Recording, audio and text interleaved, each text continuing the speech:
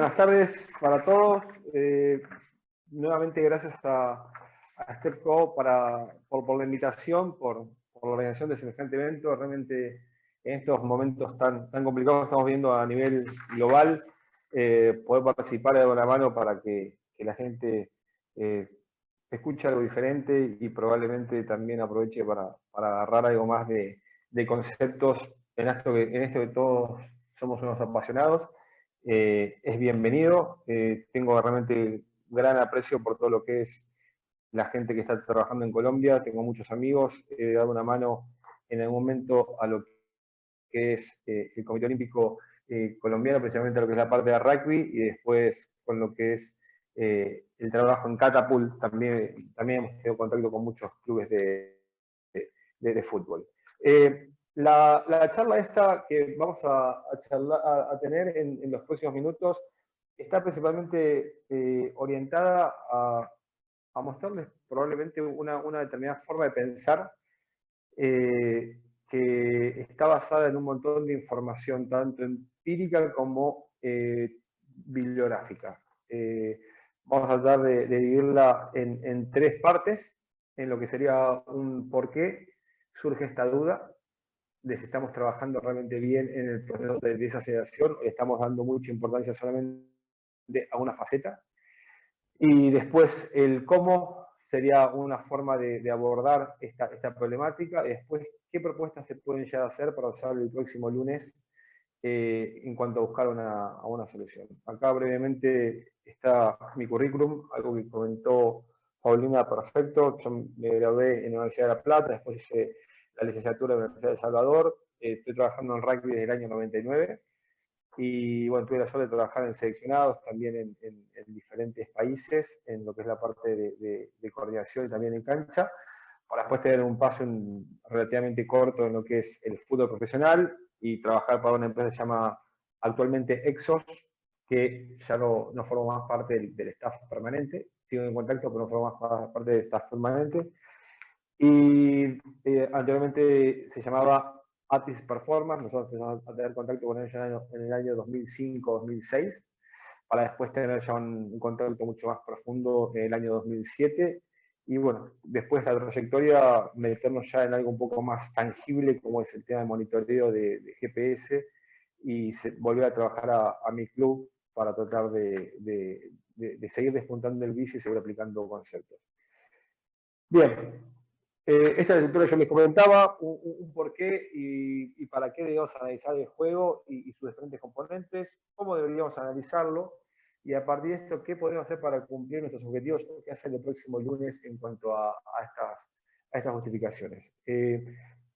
Para charlar, en realidad en este caso he elegido comenzar por algo muy simple que ya lo menciona cantidad de bibliografía, pero especialmente Boucher en este artículo del año 2017 menciona el por qué es importante tener una buena preparación física o un buen acondicionamiento físico. Principalmente, primero, para mejorar lo que es el rendimiento deportivo, y segundo, para disminuir el riesgo de lesiones.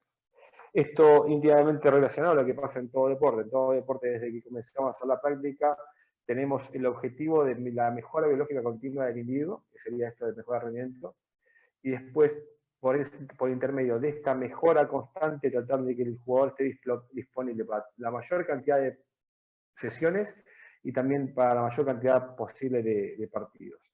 Esto nos va a seguir ayudando para entender que nosotros tenemos que empezar a preparar al deportista en base a lo que nosotros entendemos desde lo que es el deporte. Basándonos en algunas cosas que ha comentado Chris Barnes en los últimos años y también otros autores, nosotros podemos empezar a ver estas demandas del juego en cuanto a lo que vendría a ser lo locomotivo y lo mecánico, aunque también puedo llegar a hablar desde lo metabólico, que es algo que normalmente todo el mundo tiene muy palpable, pues son una de las formas más fáciles de recordar nuestro paso por la universidad y lo que es la fisiología aplicada, en donde automáticamente sabemos que hay una carga, esa carga trae componentes, esos componentes básicamente son 5, pero cuando hablamos de lo metabólico, nos vamos a estar haciendo referencia a qué duración tiene un estímulo, cuál es la distancia que puede llegar a haber recorrido y a qué intensidad. y eso después nos va a dar una determinada cantidad de volumen en relación a cuántas veces lo hizo, y después también cada cuánto lo hace en relación a la frecuencia. Pero básicamente pensemos en estos tres peldaños relativamente simples y sencillos, que va a ser la duración, la distancia y la intensidad, para empezar a entender cómo es el deporte, qué tanto dura, qué tanta distancia recorre, a qué intensidad lo hace. ¿Lo hace siempre a la misma intensidad? ¿Lo hace de diferente intensidad? Para después pasar ya a un estrés mucho más desde el punto de vista mecánico o lo que puede llegar a ser de acciones de movimiento, que está en relación a lo que pasa en cuanto a las aceleraciones, desaceleraciones, saltos y cambio de dirección. También tenemos una carga interna, pero no es el objetivo de hoy charlar de esta carga interna, y todo esto nosotros vamos a ver es una determinada carga que recibe el individuo, y ese individuo va a responder de una determinada manera, y a su vez vamos a empezar a ver estos datos en diversas formas a través de diferentes medios o herramientas. Y estos, como veníamos charlando, están íntimamente relacionados entre sí. No existe lo metabólico sin una consecuencia mecánica, no existe lo mecánico sin una consecuencia metabólica. Siempre que me esté moviendo voy a impactar en lo metabólico, y siempre que yo tenga algo metabólico desde el punto de vista del entrenamiento deportivo, va a tener algún tipo de referencia a lo mecánico. ¿Cómo? Aunque sea produciendo el mínimo movimiento, porque si yo estaría haciendo ejercicio. Y el ejercicio no es más ni menos que romper con la homeostasis del individuo. Y a partir de esto, nos vamos a empezar a ver que desde lo mecánico, también vamos a empezar a ver que podemos meter el concepto de velocidad máxima de desplazamiento. ¿Por qué es importante tener en cuenta la velocidad máxima de desplazamiento? Porque en estas circunstancias de juego también vamos a empezar a relacionar diferentes tipos de movimientos que pueden ser predecesores para hacer otras cosas. Entonces, todos estos factores que estamos viendo son esenciales a lo que es los deportes de conjunto, principalmente, lo que vamos a hablar hoy, pero no quiere decir que no esté en relación también a lo que son los deportes individuales, principalmente, que no tengan que ver con el tiempo y marca. ¿Por qué? Porque los deportes de conjunto, en donde predominan las habilidades abiertas, vamos a tener gran cantidad de movimientos aleatorios, precisamente que no hay un patrón específico, que va a estar muchas veces relacionado con lo reactivo, con la toma de decisiones, que va a ser de manera intermitente y que van a apreciar cierto tipo de destreza para poder ser ejecutados. Y vamos a empezar a ver que van a precisar en ciertos momentos de llegar a altas velocidades de desplazamientos, y que esas altas velocidades de desplazamiento, a partir de un determinado momento de transición, vamos a poder llegar a generar un cambio de dirección en forma de velocidad reactiva. Y nuestro objetivo es tratar de hacer esto muchas veces a lo largo del partido, disminuyendo el riesgo de lesión. Acá tienen la bibliografía que nos estamos basando. Y a partir de acá vamos a ver qué entendemos por lo que es este concepto de aceleración barra desaceleración. Y tenemos la definición clásica de aceleración, que es la variación de la velocidad en el tiempo. Para empezar a entenderlo como la unidad de medida en relación a lo que es el metro por segundo al cuadrado. Y el clásico ejemplo de aceleración es la partida de tacos del deportista cuando está saliendo, por ejemplo, en la carrera de 100 metros, 50 metros, 60 metros. Esta partida normalmente lo que predomina es una aceleración máxima para luego transformarse en velocidad máxima, y vamos a empezar a ver diferentes momentos de esta curva de aceleración, que no es el objetivo del día de la fecha para lo que vamos a meter, sino que por contrario vamos a empezar a ver qué es la desaceleración. La desaceleración es exactamente lo mismo, nada más que nos está dando un número inversamente proporcional a lo que estamos viendo. ¿Por qué? Porque en vez de verlo en positivo, lo vamos a ver en negativo.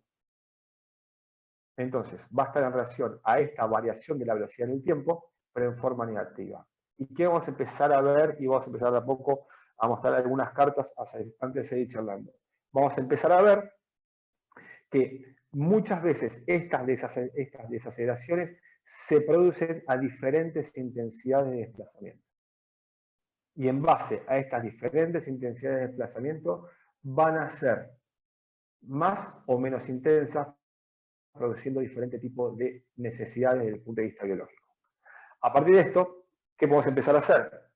Podemos empezar a analizar esto en base a la cantidad, perdón, en base a reconocer el evento, que en este caso vamos a abocarnos principalmente a lo que es la desaceleración.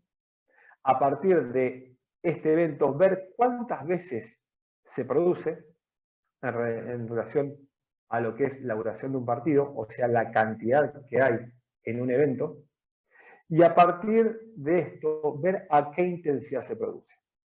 Y con esto, luego empezar a relacionar la cantidad, la intensidad de las mismas y a su vez, en base a cada cuánto se produce, una tasa de ejecución de los mismos. Entonces, vamos a ver que normalmente varios autores, entre ellos Harper, lo que propone es usar ciertos índices para reconocer tanto las aceleraciones como las desaceleraciones. Y empieza a ordenarlas en forma de lo que es la intensidad de las mismas en relación al metro por segundo cuadrado. Entonces, ¿qué empieza a encontrar este autor? Empieza a encontrar que las aceleraciones y desaceleraciones son considerados factores importantes en la cuantificación de la carga externa. O sea que nos va a permitir empezar a ver qué tanto está haciendo el individuo en una sesión de entrenamiento o en un partido para empezar a tomar como referencia. Y empezar a relacionarlo esto con la carga externa de trabajo que estamos aplicando. A partir de esto, él lo que hace es un metaanálisis para empezar a diferenciar las diferentes, valga la redundancia, magnitudes de desaceleración en dos grandes grupos, de alta intensidad mayor a 2.5 metros por segundo cuadrado y de muy alta intensidad mayor a 3.5 por segundo cuadrado. A partir de esto, ¿qué empezó a hacer? Empezó a analizar una base de datos de gran cantidad de investigación en relación a lo que es el fútbol americano, el fútbol australiano, rugby coach, me refiero a lo que es el rugby 7, el rugby 15 y también lo que es el rugby league. Y por último, como un deporte más para analizar, y acá comprendíamos los 7 que estuve analizando, que es el hockey sobre pasto. Sabemos que principalmente hay algunos deportes en los cuales tienen gran presencia en nuestra región, como por ejemplo lo que puede llegar a ser el fútbol y el rugby 7, no así lo que puede llegar a ser el fútbol americano, el fútbol australiano, lo que es el rugby league, y solo en algunos países hay presencia de lo que es el hockey sobre pasto. ¿Qué encontró Harper en su investigación? Encontró lo siguiente, que el 72% de las aceleraciones son menores a un segundo y que producen un gran trabajo mecánico y que las desaceleraciones son un 65% más que otro tipo de acciones motrices y que el 37% de las desaceleraciones se producen a la misma magnitud que una aceleración. Por ejemplo, tenemos mayor cantidad de desaceleraciones que aceleraciones. ¿Y qué empieza a pasar acá? Empieza a poner como puntos principales que el único deporte que presenta más cantidad de aceleraciones que desaceleraciones utilizando estas bandas es el fútbol americano. Para después empezar a encontrar que hay una diferente escala en cuanto a esta distribución de desaceleraciones y aceleraciones, pero en todos los deportes predomina el desacelerar por sobre el acelerar. Y esto nos empieza a dar mucha información que este trabajo de frenado, que es en base a la desaceleración, va a producir cierto tipo de consecuencias a nivel orgánico. ¿Por qué? Porque hay una gran cantidad de desaceleraciones de modo intenso que van a sobrecargar la estructura corporal por la cantidad en cuanto a breves periodos de tiempo, y esto puede llegar a influir negativamente en lo que es el jugador, produciendo dolores musculares, fatiga temprana y a su vez aumentar el riesgo de lesiones. A partir de estos datos seguimos investigando, seguimos viendo, porque todo esto fue como un hallazgo, porque veíamos cierto tipo de conductas en algunos deportes, pero no sabíamos que era tan evidente para todos. Empezamos a ver qué pasaba con la velocidad máxima, qué pasaba con la desaceleración. empezamos a ver que hay algunos autores que empiezan a relacionar automáticamente la falta de exposición de los jugadores a la máxima velocidad de desplazamiento, por ende, a la máxima capacidad de desaceleración, porque esta falta de estímulo llevaba primero a que el jugador, si no está acostumbrado a las máximas velocidades de desplazamiento, se lastimaba en el intento. Y si lograba las máximas velocidades de desplazamiento, no estaba acostumbrado a frenar de repente, ergo, desacelerar, también aumentaba el riesgo de lesión. ¿Por qué? Porque no tenía incorporado lo que es el patrón motor adecuado para producir la desaceleración. Entonces, ¿qué tengo que empezar a ver? Tengo que empezar a ver que debemos trabajar en distancias adecuadas y en estructuras de entrenamiento adecuados para la especialidad deportiva que estamos inmersos. ¿Qué más mencionan estos autores? Mencionan que hay que crear programas de entrenamiento adecuados y estos van a ayudar a que disminuyan el riesgo de lesión. VAR y colaboradores lo que hace es hacer una investigación y proponer que este tipo de entrenamientos en donde predomine la desaceleración va a ayudar a disminuir el riesgo de lesión que normalmente involucra largo tiempo de fuera de cancha, por lo tanto de no competencia. Y es lo que tratan de tener fuera de su alcance todos los clubes debido a que le produce un lucro cesante. Porque jugador roto, jugador que no juega, se le sigue pagando, al seguir pagándole genera una pérdida de plata desde el punto de vista pragmático.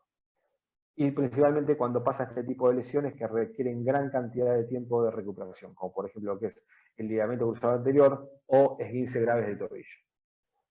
A partir de esto, no sé si hay alguna duda o algo. Paulina, ¿vengo bien o estoy hablando?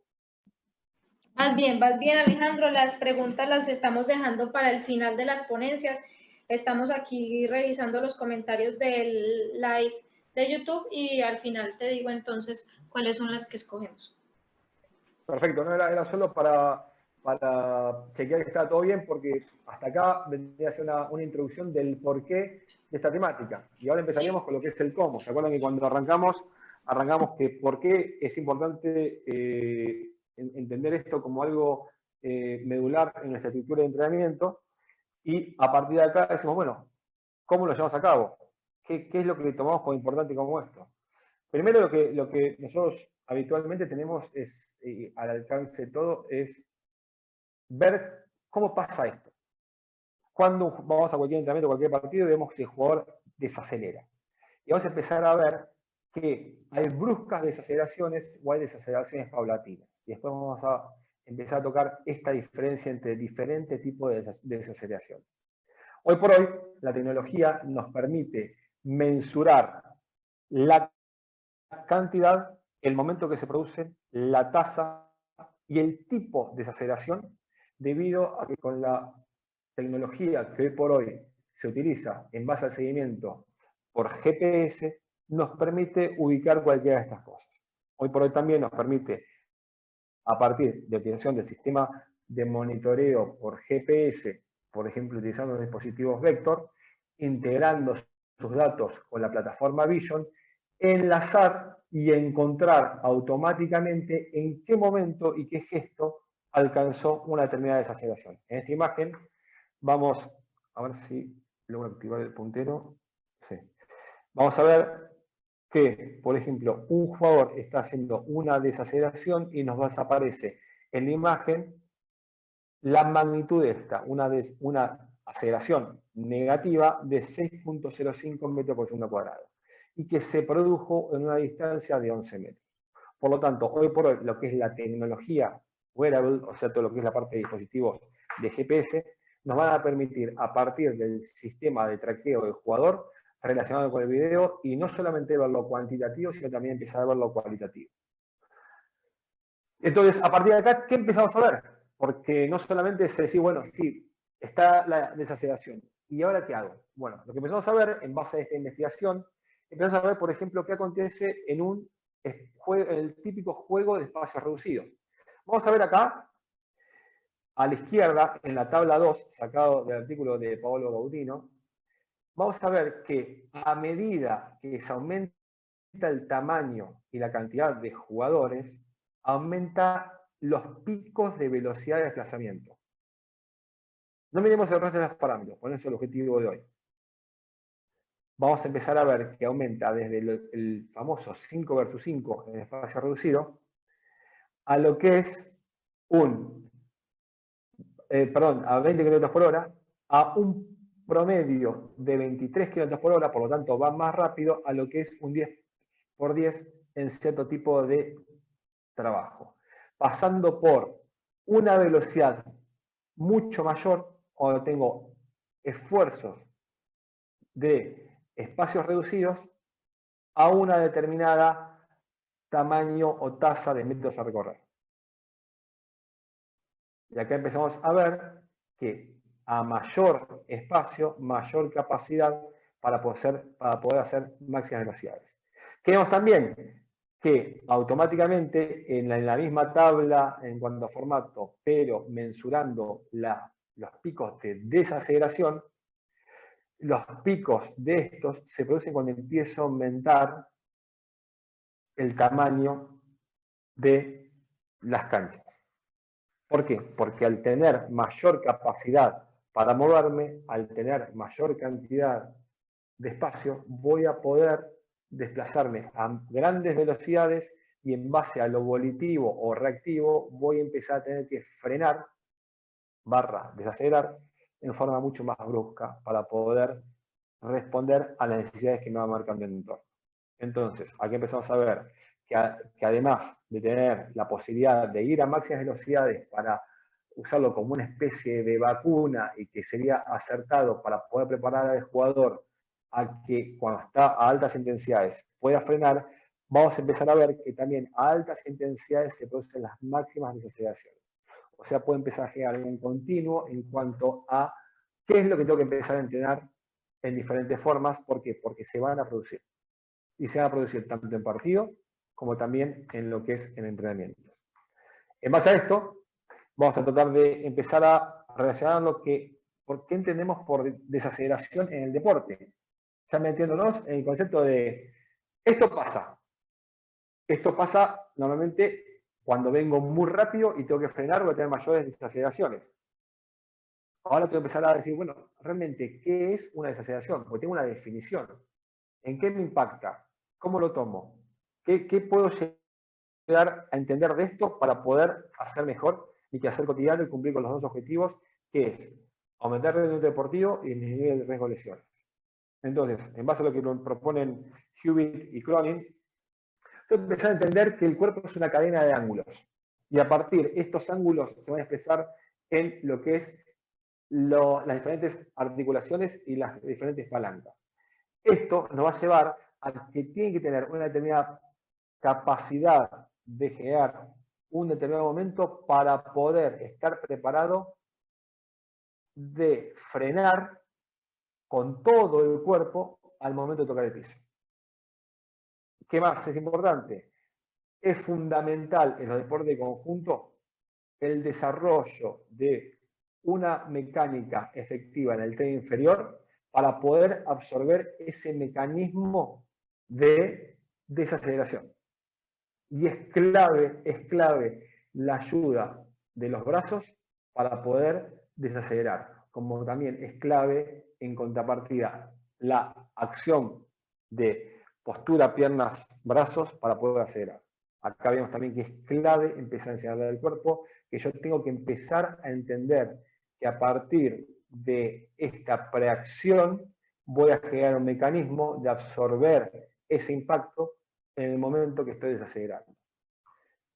Y esto viene a estar representado en una acción de frenado más la fuerza contra el piso, se va a llamar como desaceleración. Y esta desaceleración es el momento cero en la cual el jugador detiene su trayectoria para luego, normalmente, dar paso a otro tipo de movimiento. Por lo tanto, a veces podemos llegar a decir que la desaceleración es una transición para lo que viene después.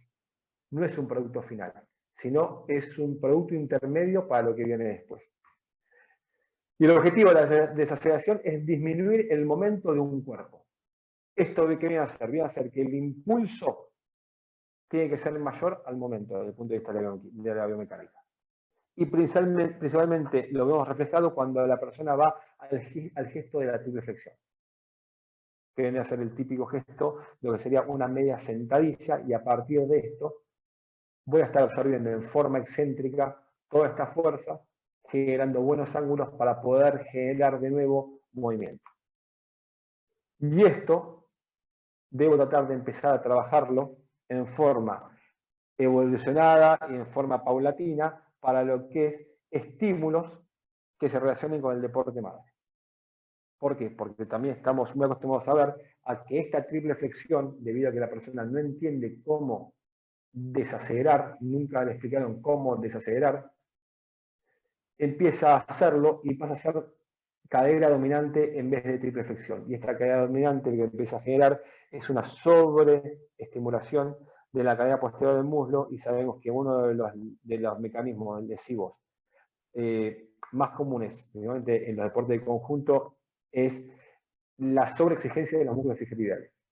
Entonces, si no enseñamos también a las personas a generar esta triple flexión y que pueda frenar en forma eficiente, probablemente estemos aumentando también el riesgo de lesión de la misma, no por falta de fuerza, sino por falta de patrón motor.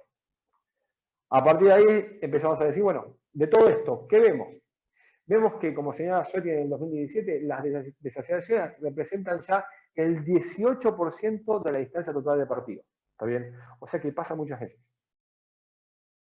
A partir de esto, yo puedo empezar a ver esto desde varios tipos de intensidades. No son las máximas desaceleraciones, pero también hay desaceleraciones que se producen como una especie de contracarreteo. Carreteo cuando trato de salir, contracarreteo cuando trato de frenar. Es como hacer como si fuera una especie de aterrizaje.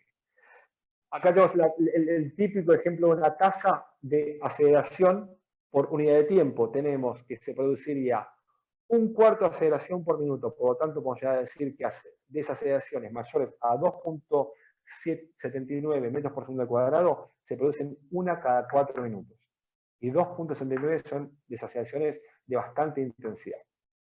Y gran cantidad de acciones excéntricas que aumentan el delio muscular y el riesgo de lesión, como está descrito por Hewitt, Kovac y Harper. Lo que nos empieza a marcar que si esto no lo enseñamos, no lo realizamos como corresponde y no tomamos como una medida cada cuánto se debe realizar y no abusar de, sobre todo, espacios reducidos que tienen mucho trabajo de aceleración, desaceleración puede ayudarnos a que los jugadores se lastimen. Normalmente, las altas desaceleraciones se producen a altas velocidades de desplazamiento. Nosotros vemos, y está mencionado por Casavichana, por ejemplo, que hay gran cantidad de evidencia científica que frente a máxima velocidad de desplazamiento es cuando se producen los picos de desaceleración. Y normalmente, como mencionamos anteriormente, estas desaceleraciones son predecesoras de cambio de dirección, agilidad reactiva, movimiento de transición y gesto deportivo. Como por ejemplo acá, esta chica está desacelerando con el pie izquierdo para poder patear. Ya que tenemos acá un panorama general de qué estamos hablando, vamos a empezar a ver a grandes rasgos si hay diferentes tipos de desaceleración. Vamos a ir de arriba hacia abajo, y aquí empezamos a ver cómo genero drills de desaceleración desde el punto de vista de un patrón motor para la recuperación. Genero drills para hacer algo similar a lo que acontece en el gesto deportivo, perdón, en la dinámica deportiva, para luego generar estas desaceleraciones de frenar la masa para que el deportista pueda ejecutar en forma correcta un kick en este ejemplo. Y o actividades cerradas para luego hacerlas abiertas de cambio de dirección, enseñándole a la persona a tener buena postura, buenos ángulos y a partir de ahí ejercer tensión contra el piso para poder moverse. Con todo esto empezamos a decir, bueno, hay un desglose lógico para empezar a entender cuáles son los componentes grandes de la desaceleración. Este gráfico está adaptado del gráfico de Kovac. Ese desglose viene a hacer que estos componentes de la desaceleración están en relación a lo que es el control del movimiento o control motor, la capacidad de la persona de percibir, lectura y recibir información externa, la capacidad de generar fuerza excéntrica, o sea que me permita frenar, y la capacidad de generar fuerza reactiva para poder volver a moverme si es que lo necesito. Entonces, a partir de toda esta información, ¿qué hago? Ahora lo que vamos a hacer por el qué. Ya pasamos por el cómo, decimos, vimos el por qué, vemos cómo interpretarlo, todos estos datos, y ahora trataríamos de empezar a ver qué hago. Trataríamos de generar un sistema que permita mejorar al deportista y alejarlo de la lesión. Arrancaríamos de donde empezamos. ¿Por qué es importante entender a la preparación física como un sistema?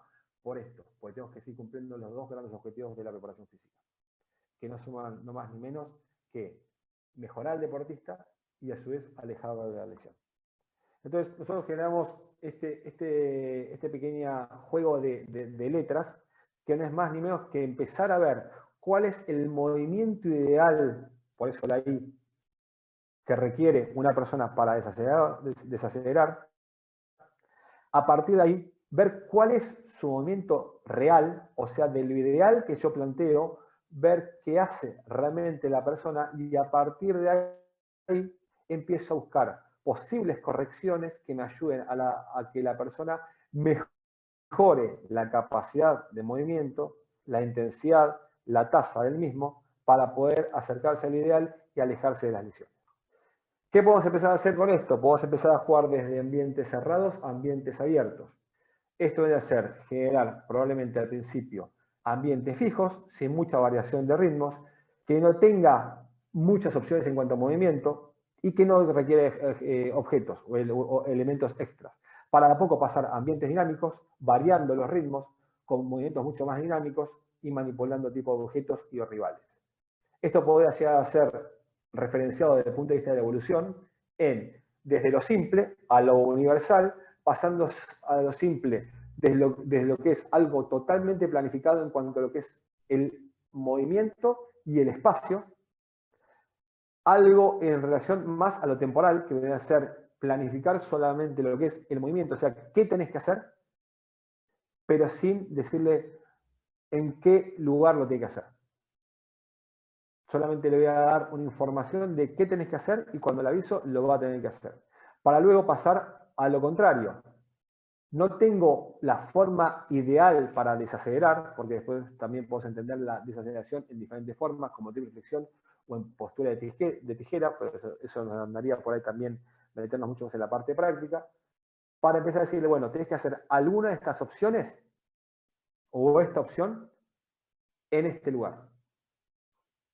Para luego pasar a lo que es algo totalmente caótico, randomizado, aleatorio, que no le doy ni el lugar, ni tampoco le voy a decir qué hacer, pero hacerlo bien.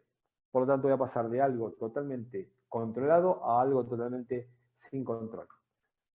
Pasando a tener como posible sistema, mirar qué pasa en relación a la postura, probablemente generando acciones desde lo que es algo estático, pasando por lo bipodal a lo unipodal, pasando de lo asistido a lo resistido.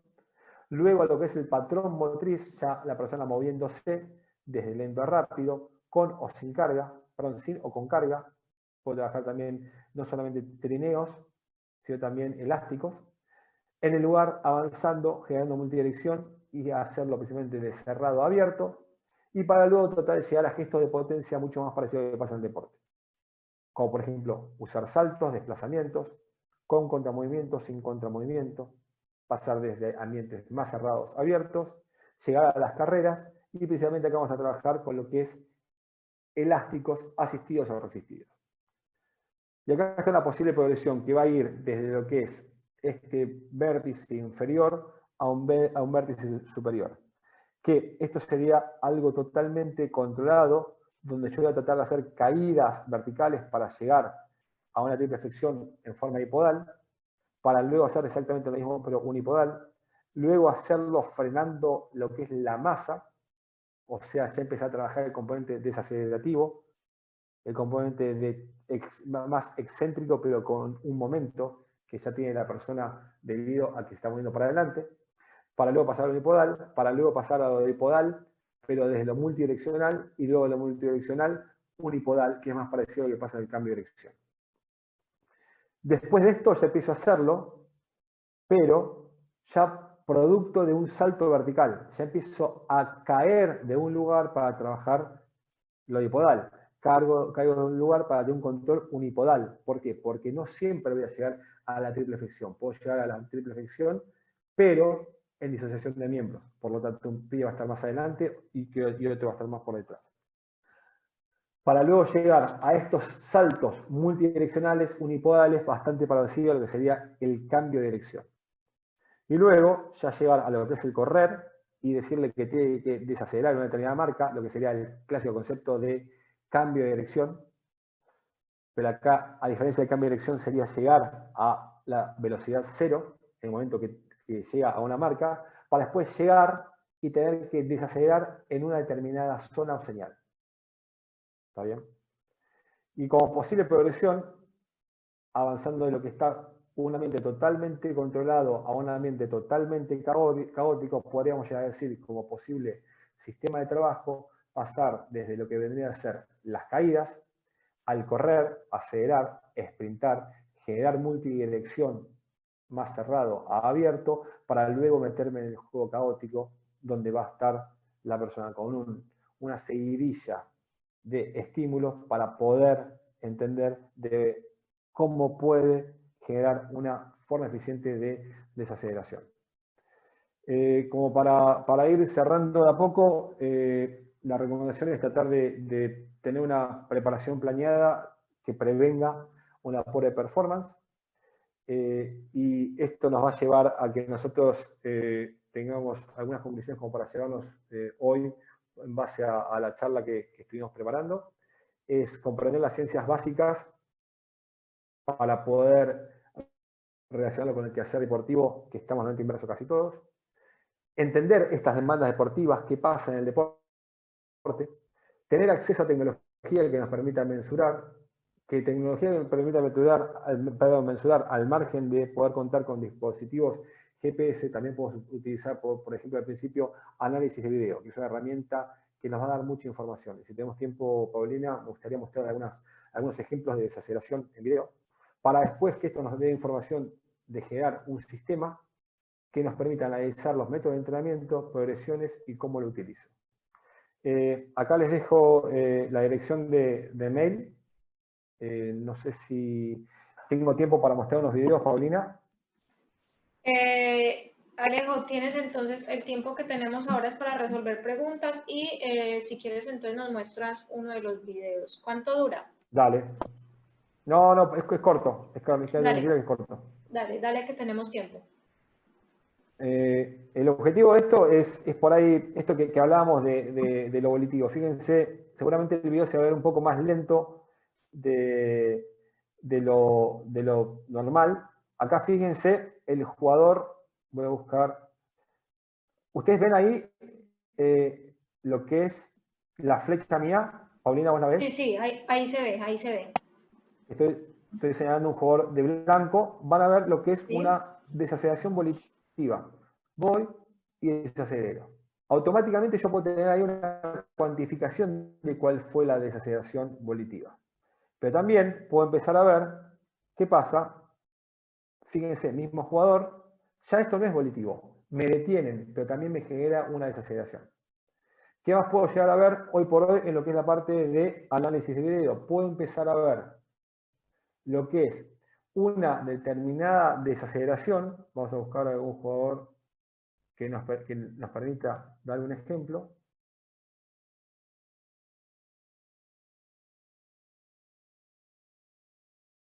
Un segundo. Acá, por ejemplo, vamos a ver algunos ejemplos de desaceleración. Fíjense cómo se detienen de golpe. Y ahora vamos a ver un jugador que es muy reactivo. Este que está con la pelota acá. No sé si lo llegan a ver. Acá lo estoy marcando. Y fíjense cómo a partir de ahí usa la desaceleración. ¿Para qué? Para marcar lo que sería un cambio de dirección. ¿Y qué nos permite el sistema hoy por hoy? Nos permite ver a qué velocidad de desplazamiento se produjo. Acá lo estoy marcando acá abajo. Y voy a ver cuál es la distancia y cuál es el pico de desaceleración, acá aparece aceleración porque es una aceleración negativa, la desaceleración, y va a decir que fue una magnitud de 3.61 metros por segundo al cuadrado negativa. Vamos a otro ejemplo más, y ya que después pasamos a preguntas y respuestas.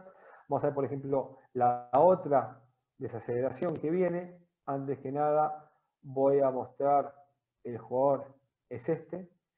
Y van a ver que la desaceleración, que es de gran intensidad, es también volitiva, pero luego de eso viene una acción deportiva específica, lo que hablábamos hoy. Muchas veces la desaceleración nos permite generar un pequeño break para poder producir un gesto deportivo específico.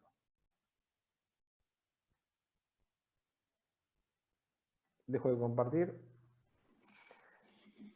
Listo, Alejo. Entonces vamos ahora con las preguntas. A ver, tenemos por acá pregunta de Eddie Torres Saldarriaga. Dice que tú recomiendas el trabajo y entrenamiento con máquinas isoinerciales para mejorar estas problemáticas y prevenir daños musculares. ¿Cuál es su concepto? Yo principalmente lo que buscaría es ver el patrón motor que también lo hace la persona. La máquina, las poleas cónicas, las máquinas isoinerciales, probablemente si el jugador o la persona no tiene una buena capacidad de entender el concepto de desaceleración, probablemente me va a romper el umbral de excitación de eso y dejando demasiada secuela en el ejercicio. Creo que todo esto tiene que ser entendido como un continuo. Es entendido desde yo comienzo enseñando cómo hacerlo y a partir de ahí, si es necesario, trabajar con poleas cónicas o con máquinas isoinerciales. Ok. Llegar a eso, no usarlas porque sí, por ahí sería la recomendación. Sí, claro. Jorge Daniels nos pregunta, muy buena tu presentación, bastante interesante. ¿Se puede realizar la velocidad de aceleración en niños de 9 a 12 años? Sí, yo creo que es, como te decían los alemanes, un concepto por ahí muy clásico. Acá la velocidad hay que entenderla como un continuo de enseñanza también. No es solamente ver la velocidad que una persona está corriendo. Yo también puedo empezar a trabajar desde lo postural, desde el patrón motor que corresponde, para después llegar a lo que es la velocidad de ejecución propia de un sprint. Yo creo que todo esto se puede enseñar.